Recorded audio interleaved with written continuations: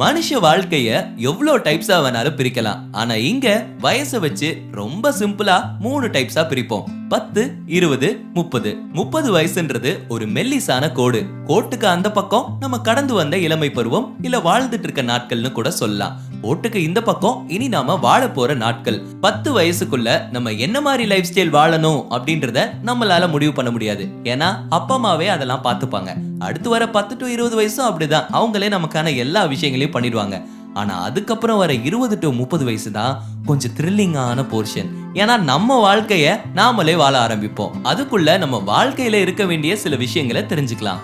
சின்ன வயசுல நமக்கு சைக்கிள் ஓட்டுறதுனா ரொம்ப பிடிக்கும். அதுக்கப்புறம் அப்பாவோட வண்டிய ஓட்ட கத்துக்க ஆசைப்படுவோம். அதுக்கப்புறம் 15 வயசை தாண்டிட்டோம்னா நமக்குன்னு ஒரு வண்டி, அதை எடுத்துட்டு நமக்கு பிடிச்ச இடத்துக்குலாம் போகணும்னு ஆசைப்படுவோம் இல்லையா?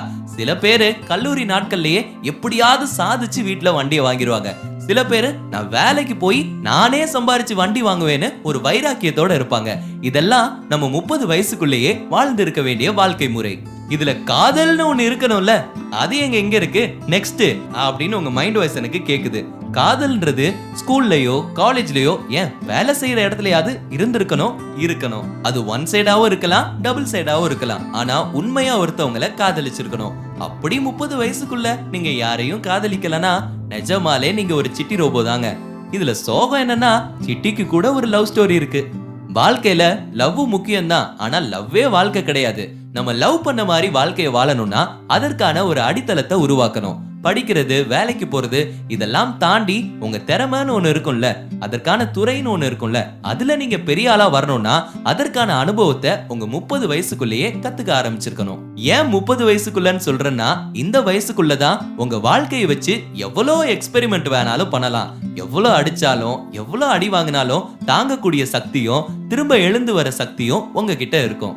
இப்படி அடி வாங்கி வாழ்க்கை முறையை மாத்துறதுக்கான அனுபவத்தை கத்துக்கிற பொறுமையும் வந்துடும், கூடவே பொறுப்பும் தாங்க.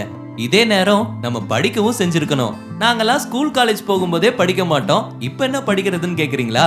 30 வயசுக்குள்ள நீங்க படிச்சிருக்க வேண்டியது ஸ்கூல் காலேஜ் புக்ஸ் மட்டும் இல்ல, வாழ்க்கையை படிக்கணும், மனுஷங்களை படிச்சிருக்கணும். அதுக்கு நீங்க ஒரே இடத்துல இல்லாம வேலைக்காகவோ இல்ல ஒரு சின்ன ட்ரிப்பாவோ நிறைய ஊருக்கு பயணம் பண்ணிருக்கணும். புது புது மனுஷங்களை சந்திக்கணும்.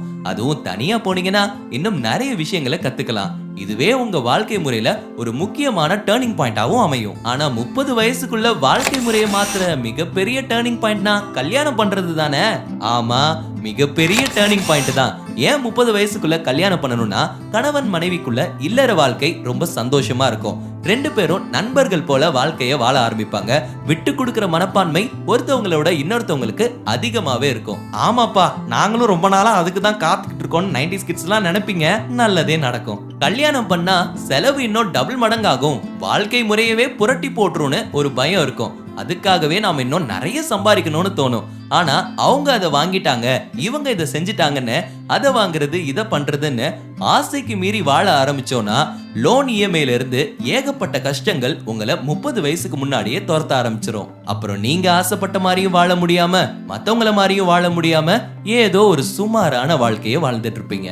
அதனால நமக்கு பிடிச்ச வாழ்க்கைய நிம்மதியா வாழணும்னா குறிப்பா 30 வயசுக்கு முன்னாடி நம்ம வாழ்க்கைய மத்தவங்களோட கம்பேர் பண்ணாம வாழ கத்துக்கணும். அப்படி வாழ்ந்தீங்கன்னா உங்க வாழ்க்கை சிறப்பா இருக்கும்.